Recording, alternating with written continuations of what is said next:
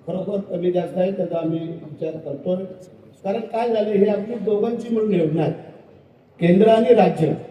केंद्राचे काही असे निकष आणि नियम आहेत ते आम्हाला बदलता येत नाही, परंतु आपल्या माध्यमातून जे आहे ते आम्ही मुख्यमंत्री उपमुख्यमंत्री आमचे अधिकारी आम्ही सगळे मिळून, कारण आम्हालाही कल्पना आताच्या या DSR रेटमध्ये आपण फार मागे आहोत, त्यामुळे त्या ह्याच्यात कशा आणता येतील ते आम्ही पाहतोय। तुमचं कुशल देयकाचं म्हणणं आहे आणि जी वस्तुस्थिती आहे, कारण त्यावेळेला भुमरे मामा असताना त्यांनी दोन्ही हाताने तुम्हाला दिलं, दोन्ही हाताने, त्याबद्दल काही दुमत असल्याचं कारण नाही आहे, आम्ही ते विसरलेलो नाही। ते आता कर्ज आम्ही फेडतोय, मामांचं भाचा फेडतोय, आता काळजी करू नका। त्याचं कारण आहे, कारण त्यावेळेला आपण कामं पण मोठ्या प्रमाणात घेतली आणि महाराष्ट्राला झुकतं माप दिलं। म्हणजे जवळजवळ 3000 कोटीचं येणं आपल्याला केंद्राकडनं आहे। त्या दिवशी आम्ही मिटिंगला गेलो, मिटिंग केली, त्यांना सांगितलं, आणि अध्यक्ष तुम्हाला फोन येतात त्याप्रमाणे आमच्या आमदारांना मंत्र्यांना सगळ्यांनाच फोन येतात, परंतु सगळ्यात जास्त फोन हे मला येतात, कारण मी त्या खात्याचा मंत्री असल्यामुळे, आणि मी त्याला समजून सांगतो त्याचं काय कारण आहे।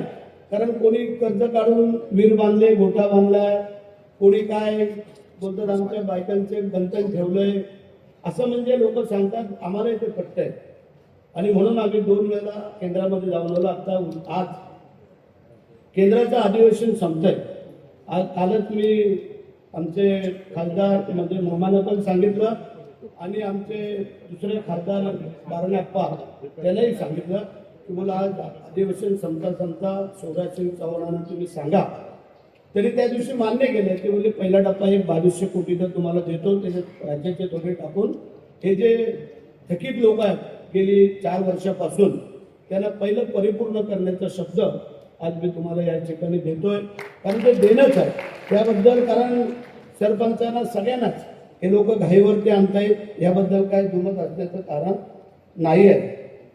आपण ते मगाशी एक सांगितलं अध्यक्ष की जलधाराची जे काही खड्ड्याची लांबी रुंदी खोली आहे ही कमी आहे, पैसेही कमी आहेत, ते कमी आहे। पालकमंत्र्यांनी मला सांगितलं, आमची चर्चा होत असताना पालकमंत्री आपण त्याच्यावरती थोडा विचार करतो, आमचे सेक्रेटरी अधिकारी सगळेच आहेत, की जेणेकरून आपल्याला ह्याच्यामध्ये वाढ करणं गरजेचं आहे। आणि त्याच्यामध्ये जरी केंद्राकडनं ह्याच्यामध्ये मिळालं, राज्याच्या ह्याच्यामध्ये आपल्याला जे काही करता येऊ शकतं ते आम्ही करून त्यामध्ये ती लांबी रुंदी वाढवून त्यामध्ये कसं आपल्याला शेतकऱ्यांना, कारण शेतकऱ्यांसाठी जर आहे तर शेतकऱ्यांसाठी काही करायला हरकत नाही असं मला वाटतं, आणि ते आम्ही त्या विचाराधीन आहोत। पालकमंत्री तुमचाही आम्ही त्याच्याबरोबर सहभाग घेऊया।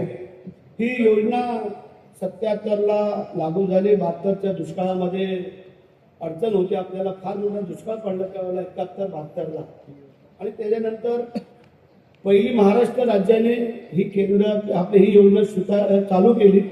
विस पागे ह्याने ही योजनेला मृत स्वरूप दिलं, आणि आपल्याला कल्पना असणं गरजेचं आहे की ही योजना केंद्राने स्वीकारून संपूर्ण देशाने स्वीकारली, त्यामध्ये ही महाराष्ट्राची योजना सगळ्या देशाने स्वीकारलेली। आज आपण सगळ्यामध्ये अग्रेसर होत चाललेलो आहोत। काही छोटी राज्य आहे, आपलं मोठं राज्य आहे, आणि म्हणून करता काही वेळेला थोडीशी अडचण निर्माण होते, पण म्हणजे तुम्हाला